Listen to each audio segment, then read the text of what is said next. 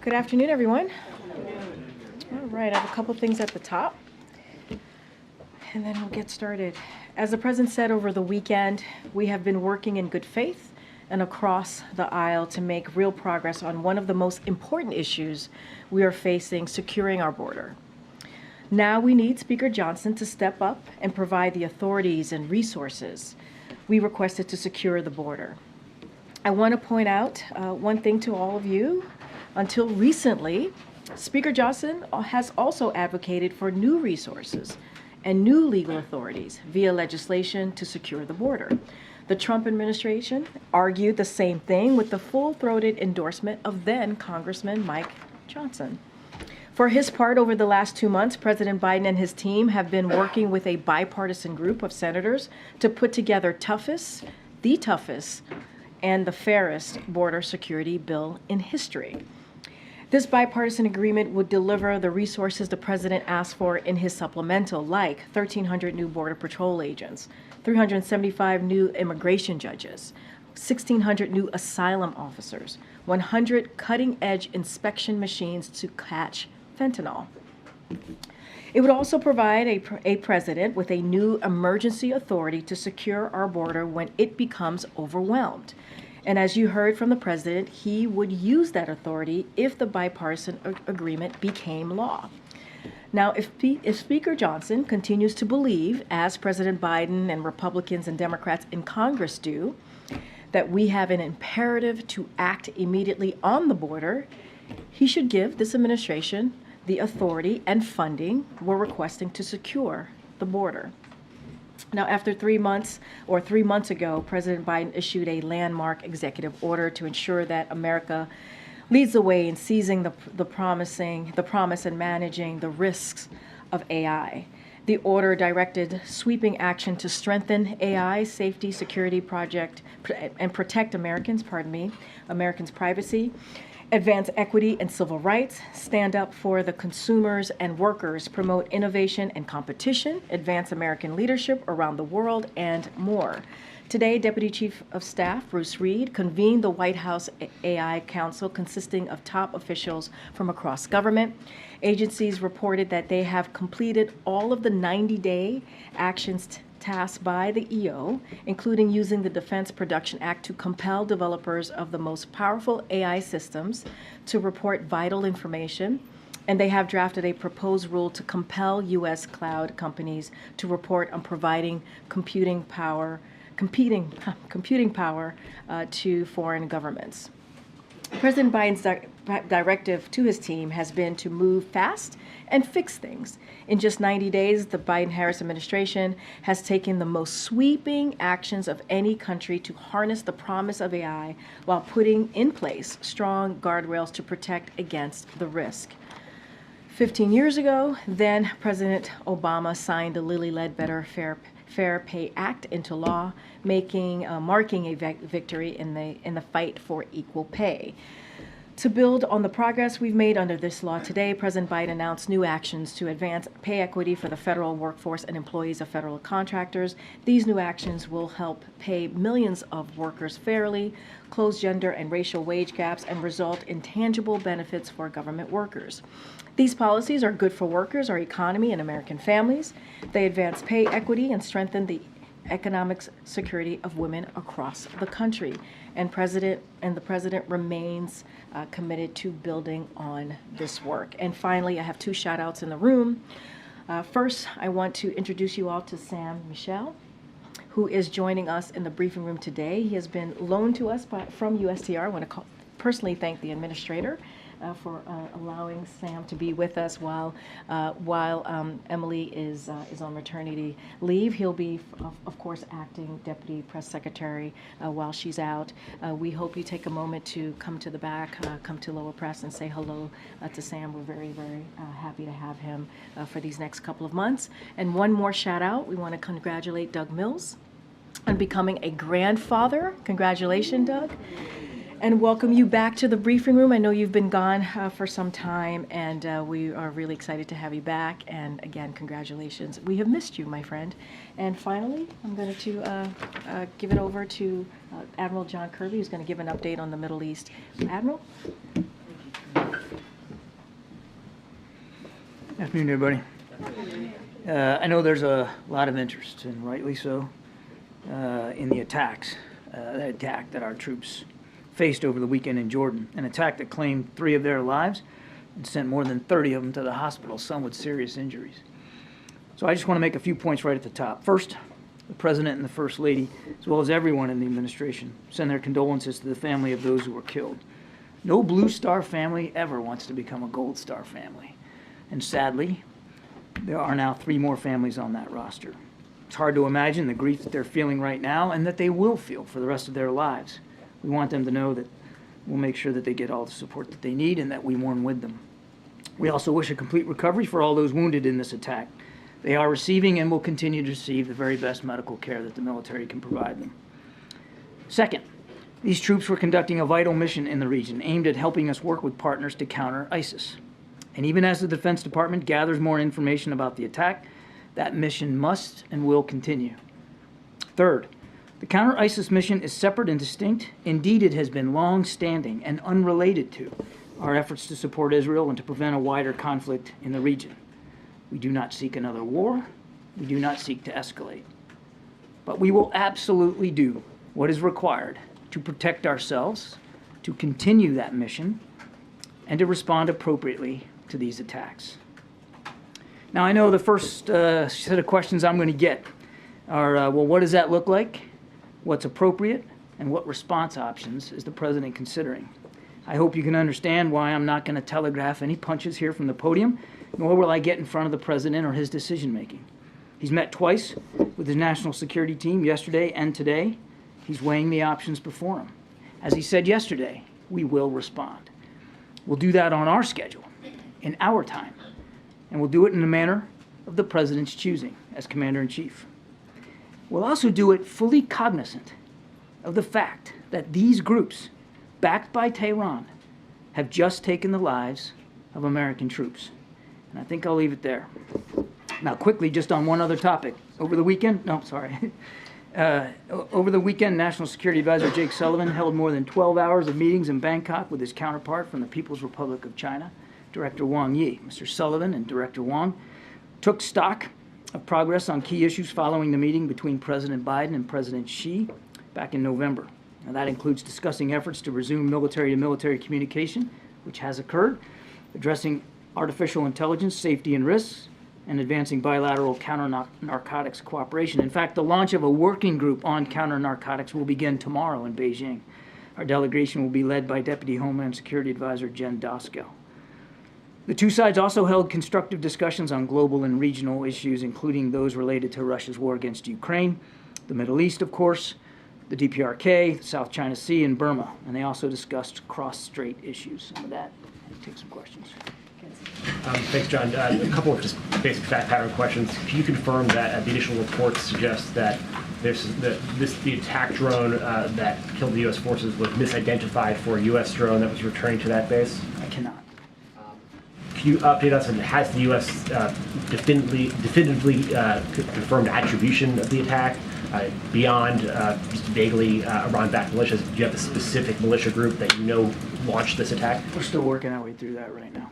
You said that the President was still weighing his options. Does that imply that the President right now has not made a decision how he wants to respond? I won't get ahead of the President's decision-making. As I said, he met twice with the national security team, including not very long ago.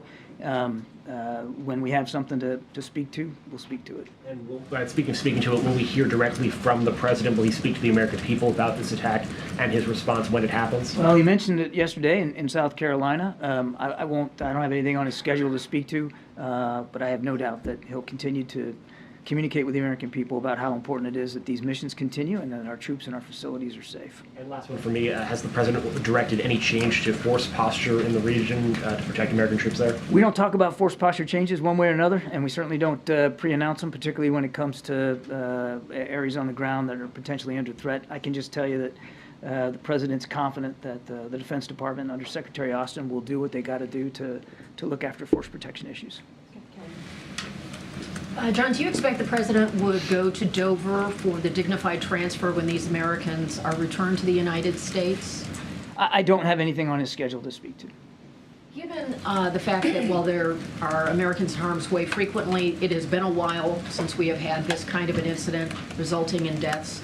Do you think that is a consideration of the public type of response? There are a range of responses the President could use. They go from, military strikes to sometimes it's cyber, sometimes it's things the public cannot see. Do you believe this event rises to a level where whatever the President's decision is would have a public, we would know when? You mean you're going to know? Well, again, without getting ahead of the President's decision-making, I won't do that. And as I said in my opening statement, I'm not going to telegraph punches. We'll make these decisions on our own time. As I said, the President will choose for himself how he wants to respond. And as I said in the opening statement, we'll do it fully cognizant of the fact that now, and what just happened, American lives have been taken. And so his decisions, whatever they are, will be informed by all those circumstances. What that looks like and when that comes, I'm just not able to say right now. Thanks, Admiral. Was this strike in Jordan fundamentally different than what American forces have been facing for months now? In other words, does the U.S. believe this was a deliberate attempt at escalation? It's fundamentally different now because we have 3 families who just got the worst possible news. That's different. And the scope of the wounded, now more than 30 injured, some of them seriously, that's also different. And it's possible that the number of wounded could go up. As you may know, traumatic brain injury symptoms, for instance, don't present themselves right away, and that is a very serious physical injury itself. But this wasn't the first drone attack on an American facility in the region. There have been others. And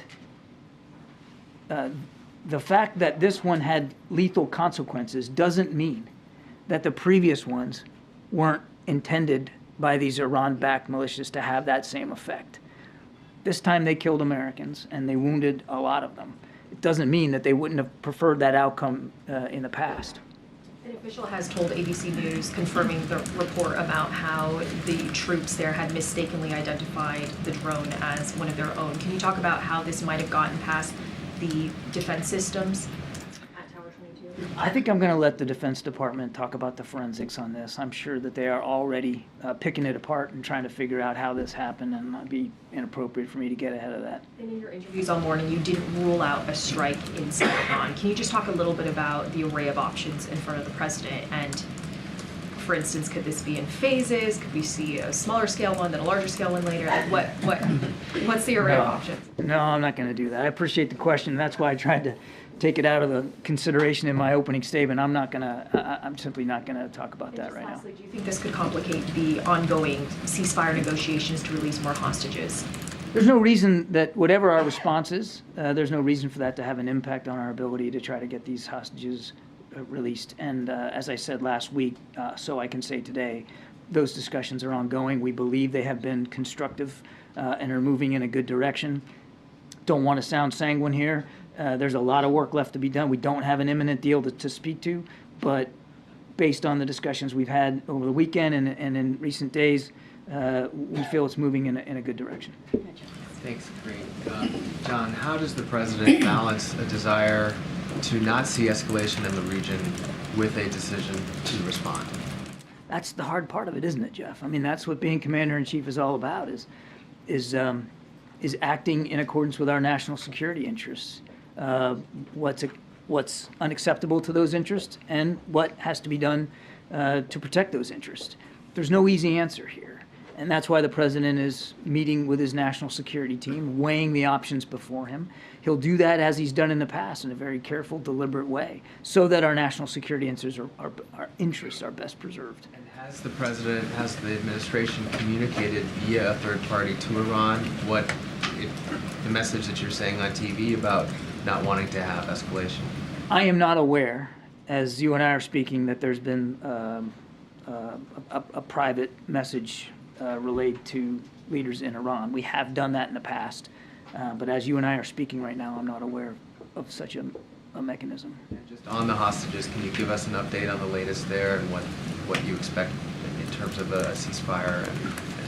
Well, again, the discussions have been pretty constructive. What we're, and I want to be careful here because don't want to say anything that would torpedo the deal we're trying to put in place. But what we're trying to work on is another humanitarian pause of sufficient duration that will allow a large number of hostages to get released. And as you've seen in the past, when we did this back in November, you got to have a pause in the fighting to get them safely out. So that's what we're aiming at. And then, of course, if you get that period of time, whatever that ends up being, then you can take advantage of it to get more humanitarian assistance. And certainly, when there's a pause in the fighting, that means there'll be a reduction in civilian casualties, which is also a goal of ours. Admiral, can you confirm, is the president currently actively considering potential attacks inside Iran? We are not looking for a war with Iran. We are not seeking a conflict with the regime in a military way. And as I said in the opening, we're not looking to escalate here. This attack over the weekend was escalatory. Make no mistake about it. And it requires a response. Make no mistake about that. I will not get ahead of the president's decision making. So you're not saying either way whether striking inside Iran is or isn't? We are on the not looking table? for a war with Iran, MJ. I am not going to speak to the president's decisions. And the administration's assessment for a number of months now has been that Iran does not want a direct war with the U.S. either. Does yesterday change that assessment? I'm not at liberty to discuss or to speculate about what the supreme leader wants or doesn't want. Clearly, these attacks continue, and now they've had lethal consequences. We know these groups are supported by Iran. Make no mistake about that. We know that. And this administration has taken action in the past to hold them accountable, and we've taken action over the last 3 years to hold Iran accountable for a range of destabilizing activities. Issued more than 500 sanctions, or 500 entities sanctioned just since we came into office, as well as changing our force posture in the Middle East appropriately.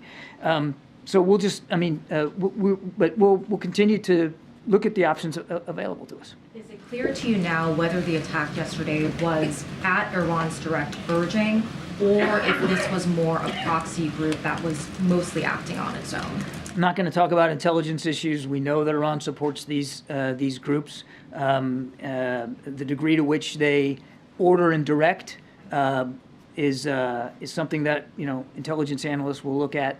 We know they support them. We know they resource them. We know they train them. We know that they're certainly not discouraging these attacks, whether it's attacks by the Houthis, what Hamas did on the 7th of October, what Hezbollah has proven capable of doing, and now, of course, what these militia groups continue to do in places like Iraq and Syria, and now Jordan. And just one last one on the UNRWA controversy.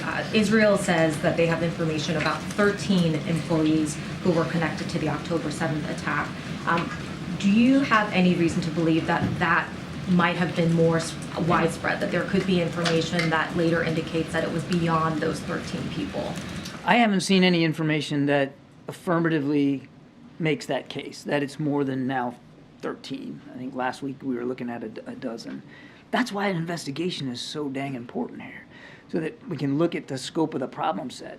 But you got 13,000 UNRWA employees, the UN Relief and Works Agency. You got 13,000 of them in Gaza alone. And as I said last week, let's not impugn the good work of a whole agency because of the potential bad actions here by a small number. I am not dismissing the seriousness of the allegations against those employees. And whether there's going to be more that will be found, hopefully the investigation will give us more insight. It is important. And look, the UNRWA staff, Commissioner General, and the UN Secretary General Guterres last week made it clear they're taking this seriously. That's our expectation too. It's really important that this investigation be as thorough and as transparent and as credible as possible, and we're going to be watching real closely. John, can I push you a little bit more on the hostages and the linkage between the potential linkage between the hostages and whatever action you guys decide to take?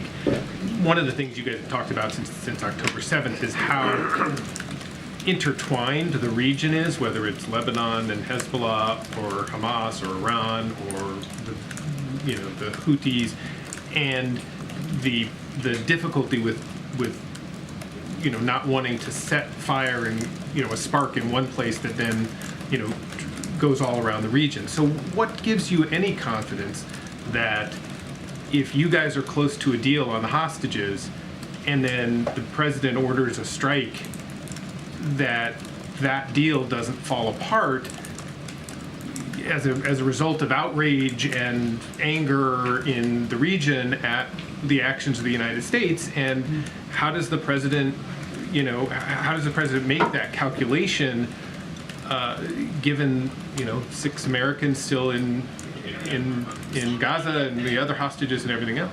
I didn't say we were confident, though, Mike. We're mindful of the way some actors in the region are trying to make connections across the region. What I said was, there's no reason why our work on a hostage deal needs to be affected or impacted by what happened over the weekend or what we do about what happened over the weekend, and we will respond. We still want to keep the work going, our shoulder to the wheel on this hostage deal, and we'll just have to see where it goes. I also want to repeat what I said earlier. We're not overly sanguine here. We're not cocky.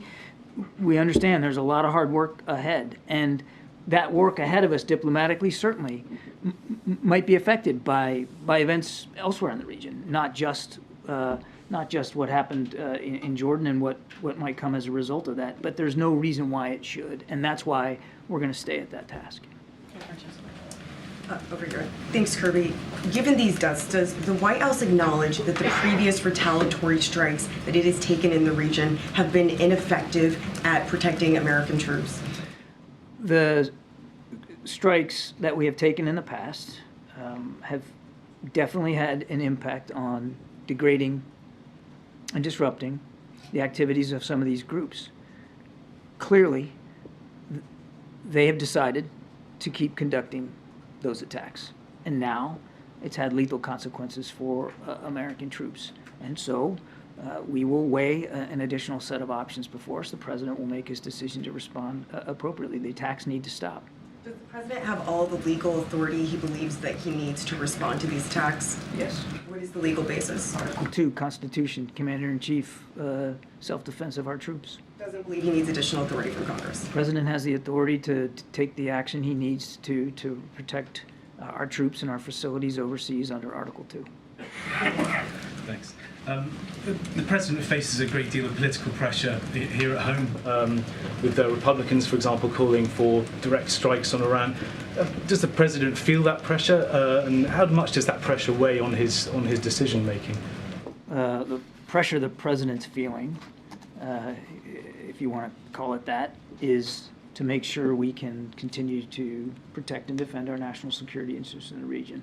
First and foremost, his mind is solidly, as I put in my opening statement, on the families of those who just got the worst possible news you can, and troops that are in the hospital trying to recover.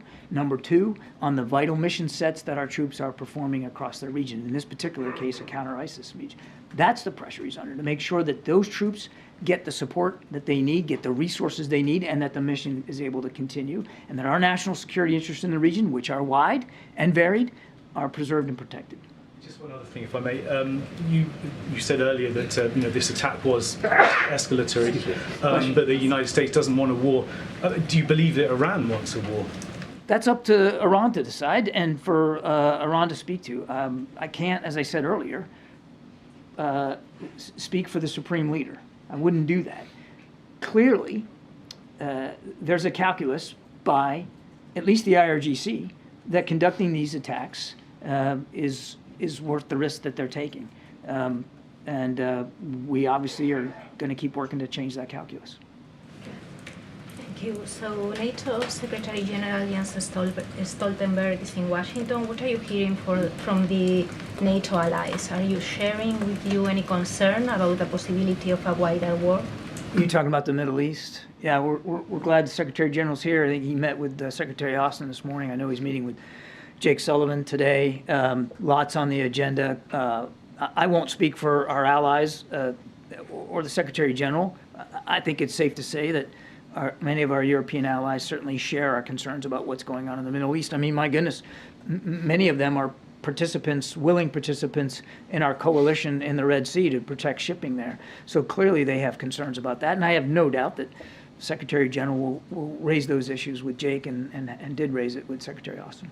Another question, if I may, about the UN Agency for Palestinian Refugees. Several American allies are suspending their aid to the agency, but others are saying, okay, we can't cut off money right now amid warnings of famine, the collapse of the health system, and so many Palestinians displaced.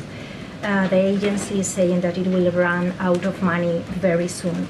Do you fear that suspending the American aid to this agency is going to deepen the humanitarian crisis in Gaza? Do you have a plan B, an alternative to bring aid to the Palestinians? I think a lot of it's going to depend on what the investigation finds and what accountability measures and corrective measures UNRWA is willing to make as a result of what happened. I mean, these are serious allegations, even though it's a small number. Percentage-wise of the 13,000 are on the ground in Gaza. I mean, this is serious, and they are taking it seriously. So let's see where the investigation goes. We understand that they are very, very dependent on donor contributions, and the United States has been the leading donor for many, many years. We have suspended our contributions to UNRWA pending the results of this investigation. All the more reason that, as I said, this investigation be credible, transparent, and thorough, and frankly timely. Thanks, John. And thanks, Karine. I wanted to ask about the border. President Biden talked about shutting down the border on the basis of national security. Are there not steps that he could use under executive authority to some measures to kind of seal some of the border efforts? He has said he's willing to use executive measures, and you know, if he gets the bill passed, if he gets border funding, and it includes those authorities, he'll use those authorities. Why wait till Congress? Why not? We need legislative support for border security measures, and we need the funding to be able to put in place border security measures that the president can utilize. He has done some things like putting U.S. troops down there to alleviate some of the responsibilities or administrative responsibilities of Border Patrol, but we need this funding. And if I could ask about Venezuela, is the president considering any steps to take against Venezuela, whether it's tightening sanctions regarding the High Court's decision to uphold the ban on the only viable opposition candidate posing a challenge to Maduro? The Maduro regime, when they signed on in October down in Barbados, made some commitments about opposition political parties, about free and fair elections, and what all that meant. And they haven't taken those actions. Now, accordingly, they got till April to do so. So we have options available to us. I'm not going to preview any of those at this time, but we certainly have options with respect to sanctions and that kind of thing that we could take. They've got till April. They need to make the right decisions here and allow opposition members to run for office and release the political prisoners that they're holding right now. Thank you. Admiral, so the U.S. is backing Israel annihilating Hamas, which is an Iranian proxy. Why isn't the U.S. doing the same thing with other Iranian proxies, like the one in Iraq, the one in Syria, which resulted in the death of the 3 servicemen, and down the road maybe in Yemen? Why is there's not a consistency? Hamas violated a ceasefire that was in place, slaughtered 1,200 people, basically started this war against Israel. We're going to support our ally and our partner Israel as they fight this war. We are not. Go back to what I said in the beginning. We're not looking for a war with Iran. And already at war with Iran. Isn't that clear? We're not looking for a war with Iran. And can you? John, I just want to clarify 2 of your previous answers in this briefing.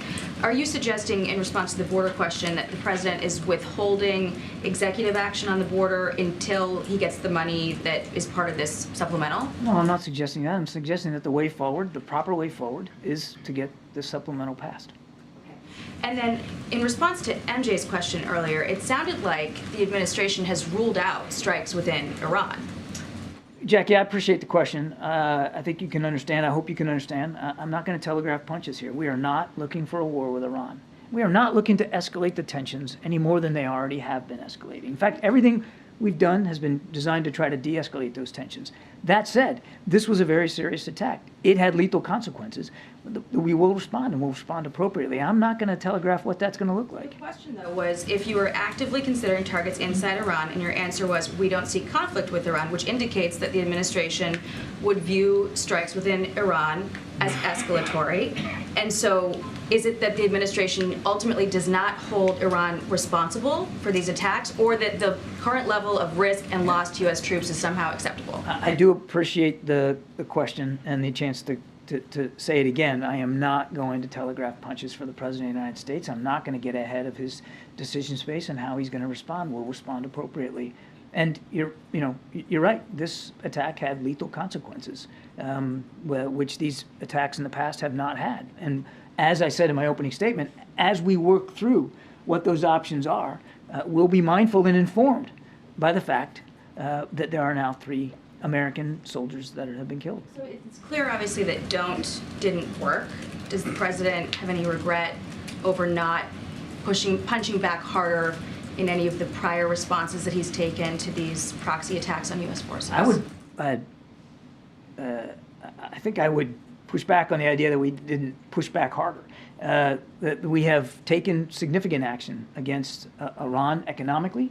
We have certainly taken some additional and more aggressive steps to go after these groups. We're certainly taking aggressive action against the Houthis to try to defend shipping in the Red Sea. I mean, this idea that somehow we've just whistled past the graveyard here and walked away from the challenge that Iran poses just isn't borne out by the facts. These proxy groups have been attacking our troops and our facilities in Iraq and Syria well before this administration as well. And for instance, Mike Waltz said this morning that when you're trying to play defense constantly rather than punching back in a meaningful way, this blood is on this administration's hands. What is the response from the White House to an accusation like that? What I would tell you and I would tell the congressman is we're mindful of what Iran's doing in the region. And we have taken aggressive action against these proxy groups and on their influence in the region. And there are decisions yet to come. So let the president make his decisions. Let him weigh these options, and then we'll act. These groups have choices to make, and we're going to do everything we can to make sure that they make the right choice here. But the idea that we have somehow laid down and not pushed back on Iran is simply not borne out by the facts. John, in Israel over the weekend, some ministers from the Netanyahu government attended a conference that is calling for Israel's resettlement of Gaza. Did the administration notice that? Did you have any view on that? Some of this rhetoric and the language that was attributed to some of these ministers at this event, irresponsible, reckless, incendiary, I'd go so far as to say, and certainly doesn't comport with our strong policy statement. What we have made clear that there can be no reduction in Gazan territory. What does it say, though, about the persuasive efforts you've made to try to prevent Israel from pursuing these settlements? Look, I wouldn't, you got a couple of ministers in the cabinet using this reckless behavior or conducting this reckless behavior and making these incendiary comments. That doesn't mean that we still don't have an open line of communication with Prime Minister Netanyahu and his cabinet, the war cabinet, and that they haven't been receptive to listening to us and to our messages. These are individual cabinet members. They can speak for themselves and what they said and what they did. It doesn't comport with our view, and we find it reckless. In the back. Thank you. Oh, sorry. You said that the president, in his response, has authorization under Article 2. Does that mean that he's planning to bypass Congress in any matter of war in terms of this response? I'm not going to get ahead of his decision making. He has the authority under Article 2 as Commander-in-Chief. And as we have in the past, so we will in the future appropriately inform leaders in Congress about what we're doing in keeping with that authority. Okay, so I just want to follow up because the president was sent a letter on Friday from a bipartisan group of lawmakers, and he had been accused of unauthorized strikes against the Houthis by bypassing Congress. they said no president, regardless of political party, has the constitutional authority to bypass Congress on matters of war. Do you think that that would apply here, given this escalation? We're not at war with the Houthis. We're not looking for a war with Iran. The president is comfortable that he has the appropriate legal authorities to act in self-defense of our ships, our sailors, and our troops in our facilities at sea or ashore. Right. Isn't it time to involve the American people? I mean, given the fact that the American people were not happy about, I suspect the American people are not happy about attacks on commercial shipping in the Red Sea. I also suspect they're not happy about seeing American troops killed at a base in Jordan. The president has the authority to defend those troops in those facilities, and he'll do that. He's weighing all of his options. This is an election year. Is the president looking at his polling when he's weighing all of these options? Is the president looking at what? My goodness. That's a heck of a question. He's not looking, ma'am, let me just stop you right there. The Commander-in-Chief is not looking at polling or considering the electoral calendar when he's defending. How they feel about the war on Gaza? Oh, now can I answer the question? He's not looking at political calculations or the polling or the electoral calendar as he works to protect our troops ashore and our ships at sea. And any suggestion to the contrary is offensive. Is he looking at the polling with respect to, Ma'am. does the American public want a broader Middle East conflict when he weighs his political decision-making? Ma'am, I've answered that question. Okay, let's go. You didn't answer that question.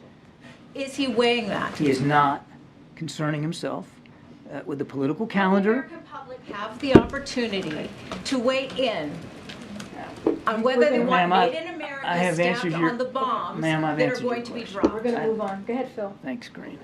You touched on this briefly in response, I think, to Jackie's question, but what is the president's response to Republican critics who are of the mind that this attack was the result of perceived weakness? For instance, the chairman of the House Armed Services Committee said that President Biden's fear of escalation has morphed into a doctrine of appeasement. They can speak for themselves. That's obviously not the way we see this. We have held Iran accountable, as I've said, through various means and methods. We will continue to do that. We'll continue to act to defend our troops and our facilities and the missions and our national security interests. And then a follow-up on the border. The terms of the Senate deal that are under discussion would give DHS expulsion authority if border encounters hit an average of 4,000 a day over the course of a week. Does the president consider that threshold of daily encounters a crisis? I'm not going to negotiate in public.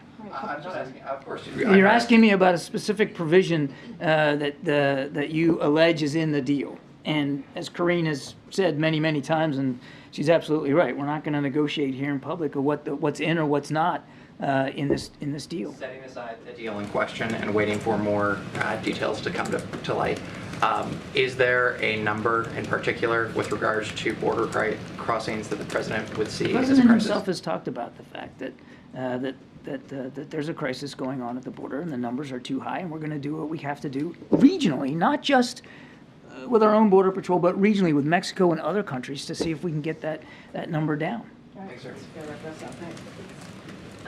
A question on Venezuela. My colleagues are reporting that the administration will restore sanctions on the country's energy sector if opposition candidates are not allowed to run. If Venezuela were to lift that ban, would the U.S. not take the options that you were referring to earlier? A lot's going to depend here on what Maduro and his regime do. They've got till the spring to honor their commitments, the commitments they made back in October, to allow opposition parties and opposition candidates to run freely as qualified for president and to release political prisoners. They've got the they've got decisions they have to make before we weigh what decisions we'll take. John? Thanks a lot, Karine. John, the Iranian Foreign Ministry has denied any involvement in this drone strike in northeast Jordan. What's your response to that denial? They support these groups. They resource them. They provide them weapons. They train them. They certainly aren't discouraging these attacks. Now, to what degree it was directed out of Tehran, I can't say. And I wouldn't get into intelligence assessments one way or another, but clearly they continue to support these groups. So clearly there is a responsibility that appropriately needs to be laid at the feet of leaders in Tehran. And then you also said the president is consulting with his national security advisors in terms of what steps he may take in response to what happened on Sunday. Will the president also reach out to congressional leaders just to consult with them? Will he reach out to, for instance... As we have in the past, so we will in the future. We will do appropriate notifications with leaders in Congress, as we have just in the recent past. We'll continue to do that appropriately going forward. Last question. Yes, thank you, Karine, thank you, Mr. Kirby. Two questions. The AP is reporting that apparently there was a confusion between this enemy drone and another drone that has been launched out of this U.S. installation. And I guess two officials have stated that this was a confusion, and apparently the enemy drone was confused with an American drone that was returning back to that U.S. installation. Do you guys have any information about that? That was, I think, one of the first questions I got here in the briefing, and as I said then, I can't corroborate those accounts by U.S. officials. The Department of Defense is, as you would expect them to do, going through all the forensics here to figure out exactly what happened and how to make sure it doesn't happen again, and I certainly would not get ahead of them on that. Just going back to the Venezuelan subject that we've been discussing. As you know, Maria Corina Machado is a leading opposition candidate there. She's been banned for running for office for 15 years by the Venezuelan Supreme Court. Does that put things in perspective? Because there's some reporting that the U.S. is expected to renew the sanctions against the Venezuelan oil. Again, we now dealt with it a few times here. I don't have any additional context to relay to you. Mr. Maduro and his regime have decisions they have to make. We want to see them meet the commitments they made back in October to allow opposition parties and candidates to run appropriately and to release political prisoners. We have decisions to make as well. If they don't do that, they've got till April. We'll see what they do. Thank you. Appreciate it. Thank you. Thank you, John. Thank you. Okay. Zeke? Thanks, Karine. Has the president called already, or does he plan to speak with the families of the fallen service members? Don't have any calls to read out. Obviously, and as Kirby started off this briefing, obviously the President and First Lady sent out their deepest condolences and heartfelt thoughts to the families, to their friends, and also the units, their unit as well. And this is a sad day. Yesterday was a very, very sad day for not just their family and the units and the friends, but also the American people. And so obviously we continue to mourn with them. Once we have more to share about a call or outreach, certainly we will let you all know. The president's scheduled to travel tomorrow on some political travel to Florida. Does he plan to keep that, or is he going to stay back in Washington to consult with the national security team? So the president will continue his travels tomorrow to Florida. It's a political travel, so any specific questions you may have, I know you're not asking me. Yeah, I know you're not asking me that. Obviously, the campaign will answer those questions about the particular travel tomorrow. The president has been, I think the Admiral started off the briefing saying that the president met with his national security team, including Secretary Austin, this morning, and continues to stay focused on what's going on, obviously, in the Middle East, and continues to stay updated. Just don't have anything to share beyond that. And why is he going to continue traveling, doing political travel in the midst of this? Well, as you know, and you hear us say this all the time, the president is present wherever he travels, wherever he goes. It doesn't change in this instance. Obviously, what we saw happen yesterday in Jordan to our service members it's a sad day. It's deeply troubling. And you heard the president yesterday in South Carolina. I know you were part of the pool that was traveling with him this weekend. He said, we shall respond, and he means that. Obviously, we're not going to telegraph what that's going to look like, and the president's going to make that decision. Just don't have anything else to share, but he can be president. He was able to speak to that in South Carolina at a political event and made sure that he lifted up the 3 souls, as he said, who were lost yesterday. And so he can certainly be able to deal with an issue like this, a very important one, obviously, anywhere that he is. And then lastly, from me, is the administration contemplating any changes to the supplemental funding request for additional needs for security for American troops in the region after this incident, or the potential response to Somebody was coughing, so I missed the beginning of your question. I apologize. Changes to the supplemental? In light of recent events, will more funding be needed? Oh, I see. So look, I don't have any changes to the supplemental. Obviously, the president back in October put forth his national security request, which is obviously an emergency request, as presidents tend to do. I don't have any changes to that. There's conversations, as you know, you hear say this very often, negotiations happening in the Senate with Republicans and Democrats on the border security piece, which is also part of the supplemental. And we want to see that, obviously, the supplemental pass in its fullness in what the president put forth in October, and that's what we're working towards. Thanks, Karine. On the immigration negotiations, over the weekend, former President Trump urged his party to reject the deal. He said it's a very bad bill and it's okay. He said, please blame it on me. I wonder if I can get your reaction to that. So what I will say is this. You've heard the president. You've heard the president loud and clear. Congress needs to act. They must act.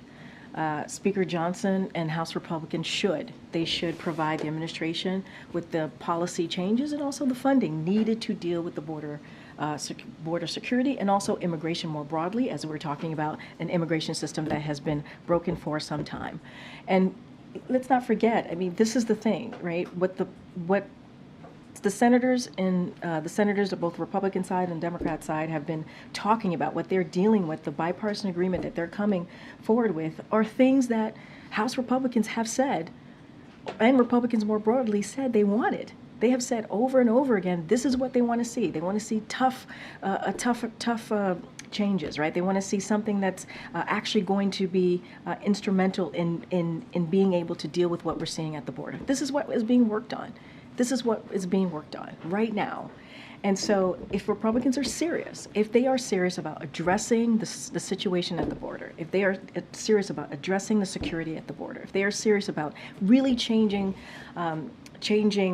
real policies and coming up with policies that's going to make a difference and putting forward resources, then they would be part of getting this bipartisan agreement passed. This is exactly what they've been asking for, literally what Republicans have been asking for. And now here it is. It's coming to fruition. It's being discussed. There's potential bipartisan agreement. That's what the American people want to see. 75% of the American people have said that they want this issue to be dealt with. An issue that, again, that they have been for years. So they should get on board. They should get on board and help the senators get this done. Why do you believe Republicans haven't gotten on board? That's for a speaker. This is for the speaker to speak to. He's been very vocal about this. The speaker seems to want to make this a political football, right? It's like a hot potato. They don't want to hold on to it. But this is exactly what the senators are talking about as it relates to the border security. Coming up with a bipartisan agreement is exactly what they've been talking about. Coming together with a tough, fair, bipartisan agreement that deals with the issue, policy changes, funding, and resources, right, that is needed so that we can deal with what's happening at the border and also really deal with the immigration system more broadly. If the deal does fall apart, are there elements of it that the White House could tackle on its own without Congress? So look, I don't want to get into hypotheticals. There's a deal happening. If I answer that, right, then it's getting in the way of the negotiations. I don't want to do that. I want them to have the free space to be able to have honest, good faith conversations as they've been doing for the past 2 months, and we appreciate what's happening in the Senate. We want to let that process go. We think it's moving in the right direction. Obviously, the president supports what's happening. Our team has been working with them for the last 2 months.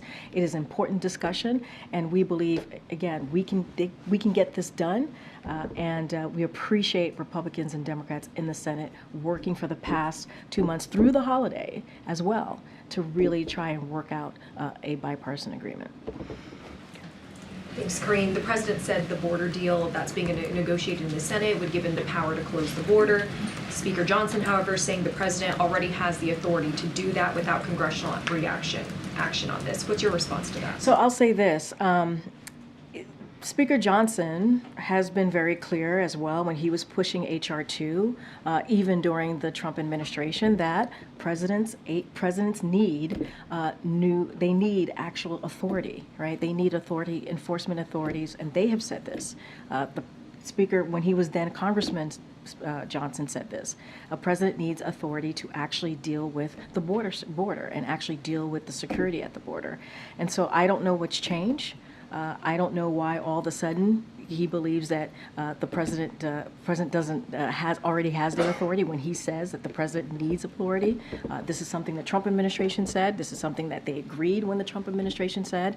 And so what is being discussed right now in the Senate is a new enforcement tools that do not currently exist. They do not currently exist. And so that's what the president is speaking to, and he says the moment that he has those new enforcement tools, that he will act. The day that he signs it, he will act. This deal is angering immigration advocates. What's being negotiated does not include anything to address the root problems of migration, and it has nothing included to provide a pathway to citizenship for dreamers, which is something that President Biden called for legislation he proposed on his first day. So why is the president okay with this? So we don't even have the text yet to what's being, what the bipartisan agreement is going to be, right? So I don't want to get ahead of that. I'm not going to dive into what's in it, what's not in it. Let's see what the senators put forward in the text. I think that's important to see. And once it's out there, folks will take a look. We believe it's going to be tough but fair. And it's going to provide new enforcement tools, obviously, that's going to be important. Policy changes, it's going to be important, but also resources. That's what we believe. But we're not going to get into what's in it, what's not in it. Let's let the senators continue to do their negotiations and put forward the text. But we're already seeing immigration advocates slam what's being proposed as callous, as unworkable. So how does the president respond to the message from some people that he's going back on his campaign promise? I understand. What I'm saying to you is that let's see what the Senate bipartisan agreement is. Let's let them put out the text, and then we can have that discussion on whatever it is that they want to look through and discuss. But right now, we believe this is the best way forward. A bipartisan agreement is the way forward in dealing with this immigration system.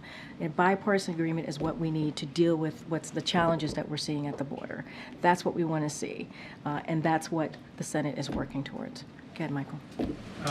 Back in the winter of 2018 and the spring of 2019, President Trump vowed to shut down the border with Mexico using almost the identical language that the president used on Friday.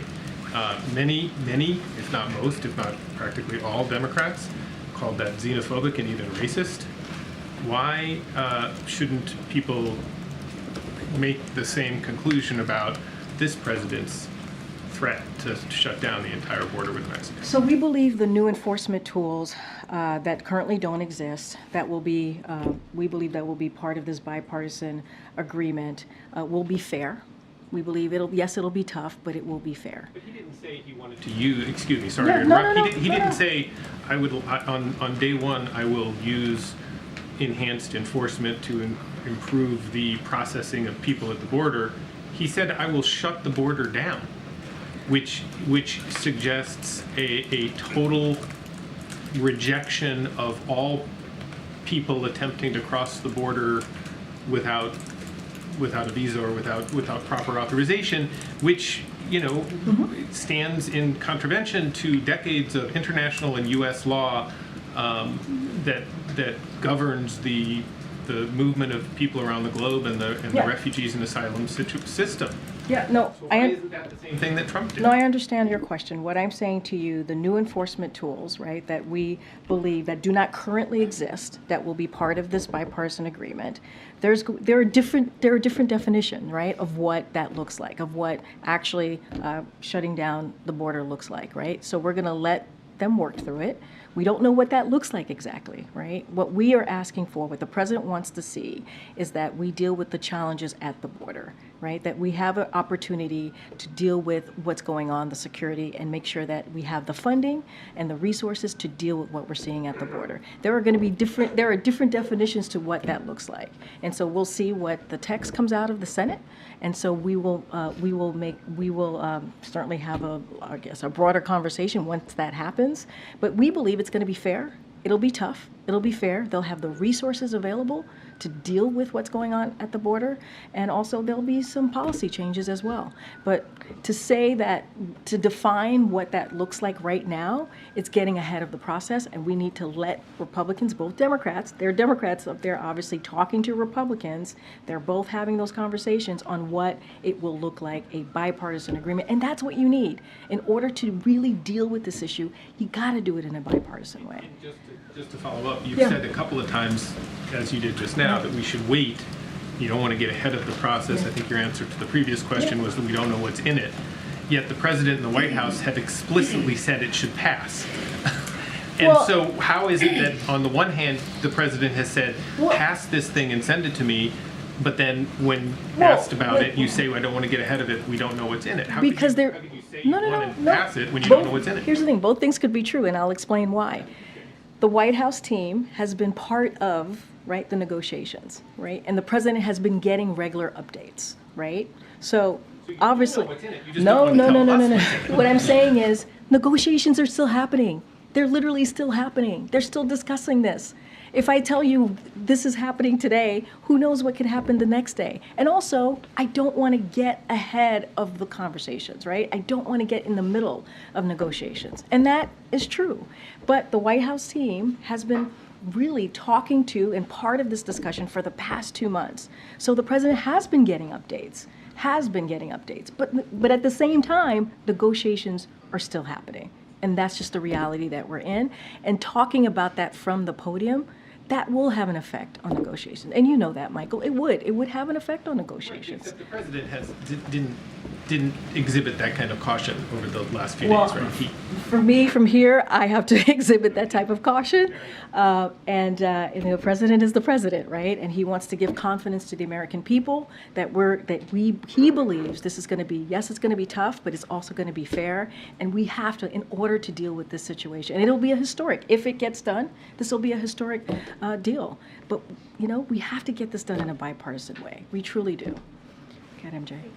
The families of some of the American hostages are back in Washington this week. Is the president willing to meet with them again? I don't have anything to read out. As you know, Jake Sullivan, the president himself, Secretary Blinken, have met with the family of the hostages in the past. Just don't have anything to read out on his schedule at this time. And just we reported last week that the president had met with some of the ceasefire advocates backstage at the UAW conference. I wondered whether this is a kind of conversation that the president is willing to have more of these kinds of conversations going forward, given the immense pressure that he is facing from advocates calling for a ceasefire, calling on him to support a ceasefire. Yeah, so, it's hard to say if he's going to have regular conversations. Look, the president, it's not the first time that the president has had conversations with protesters from whatever side certainly of the issue that they're on. The president, he says this all the time, he's the president for all Americans. That's something that he believes. He's always willing to hear people out. And he believes, and we've said this before, when it comes to protesters, Americans have the right for their voices to be heard, just as long as they do it peacefully. And so hearing that, what the president speaking to protesters, that's who he is. He's going to listen to Americans and hear what they have to say, just as long as they do it peacefully. I just don't have anything else to read out. Do you have anything you could share just from his end, how he spoke to these ceasefire advocates? I don't have anything to read out. Gotcha. Is the White House tracking the latest developments with Evergrande, the Chinese real estate company that Hong Kong is now ordering it to be unraveled, and the implications that will have for the Chinese economy and potentially the global economy? So I've seen those reports. I just don't have anything to share on the president, where the president is on being briefed about that. If his econ team is watching it and has a view on it, we'd love to hear it. We will make sure we get back to you on that. Go ahead, Ed. Thanks, Karine. So the Department of Energy has finalized a rule for energy savings standards on appliances like refrigerators, washing machines, wine beverage chillers, freezers, clothes dryers, dishwashers, electric gas, and stovetops. So is our kitchen one of the root causes that's killing the environment? So let me just start from the top here, because I do have a couple of things to say. As you just stated, the Department of Energy today, they finalized a congressionally mandated energy efficiency standard for residential cooking, as you just laid out, the different products. And what it will do, it's going to reduce household utility costs while improving appliance reliability and performance, which is really important. The standards, these standards, which reflect a joint recommendation from a wide range of stakeholders, including the Association of Home Appliance Manufacturers and Consumer Federation of America. They are projected to save Americans approximately $1.6 billion on their utility bills over 30 years. And so this administration is always committed to using every tool at our disposal to lower costs. This is certainly an option here, right? Something that we've taken, action that we've done, and is going to be obviously for American families across the country. Altogether, the energy efficiency standards advanced by this administration will provide nearly $1 trillion in consumer savings. But the standards, the effects of the standards outweigh the cost of the regulations to the companies that have to build these things with workers and. Do the effects to the environment? Do the effects to the environment outweigh the added costs of the regulations for new manufacturing plants to be built, changing standards, redesigning equipment, that kind of thing? So look, we're talking about making sure that these products are efficient, right? Making sure that they're working in a way that's not just, that obviously still have the performance that they need, obviously protecting the environment. But I think one other big benefit, as I just laid out, is making sure that we're saving Americans money. I think that's important. That's important that we're able to do that. $1.6 billion over 30 years. That's what Americans want to see. And let's not forget, this is a congressionally mandated energy efficiency. So this is something that Congress went through. This is something that they evaluated, and that's how it got put forward to the Department of Energy. So this has had a lot of eyes on it, right? This has had a lot of research to make sure that this was the right thing to do for the American family, the American people, and I think that's what should matter. One more, if I might, on Iran, actually. At what point does the president then cut off the money to Iran by stopping or reducing their benefit from oil sales? I just don't have anything to share on that particular thing. As the president said himself yesterday, after he acknowledged the 3 souls that were taken from us, our service members, who bravely protect our national security and obviously us as a country. He said that we shall respond. So I'm just going to not get ahead of that. Okay, go ahead, Brian. Thanks a lot, Karine. On the border, when the president said that he would shut down the border, does that mean that the president would temporarily sign off on shutting down border crossings at ports of entry? I'm not going to get into specifics and details. The president is very clear. He wants to make sure that we deal with the border security, that we deal with the challenges at the border.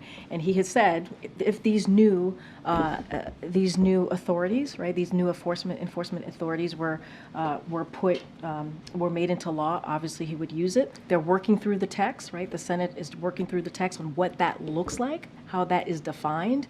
So not going to get into specifics from here. Give us a little bit more about what the president meant when he said he would shut down the border. Well, it's very clear. He'd stop people from being able to cross back and forth for What he jobs, wants to for do employment, is, for trade. No, I hear you. What he wants to do is make sure that we deal with the challenges at the border. That is what he wants to make sure that we do. He wants the new authorities, the new enforcement tools that is being discussed, that he believes, if it's put into law, will help him deal with the issues at the border. And not just that, we're talking about immigration policy, actually doing meaningful changes to immigration policy so that we can deal with a broken system, a broken immigration system that has been broken for some decades now. And so we'll have some, I'm sure once they come and have a bipartisan agreement, the text will be released, and then we'll have more to share there. I think I have to go. I have to go. Is what you're saying, right? Well, Shut down the border means shut down the border? I'll say this. The first day of his administration, the president took this issue very seriously. He put forth a comprehensive piece of legislation to deal with what's happening with the immigration. You don't get to decide, but you don't get to decide what I say and what I don't say. Either you hear me out, or we can, I'll see you on Wednesday. Totally up to you. Totally up to you. I just want to know if he means All right. what he says. Okay. He means what he says. Not going to go into to details here. Here's the reality. The immigration system is broken. It's been broken for decades, even in the last administration. The president introduced this piece of legislation 3 years ago. House Republicans got in the way. They refused to do anything about it. Now he's in this position to have a bipartisan agreement that the Senate has been working on with Republicans and Democrats on a real solution to move forward. 75% of the American people, majority of the American people want us to work on this issue. And they've been very clear. The 2022 midterm elections, what did they say? They want to see Congress doing things in a bipartisan way to really address the issues that matter to them. Here's this president actually working with Republicans and Democrats to deal with this issue. That's important. And I think that's what the American people care about. I'll see you guys on Wednesday. Thank you so much.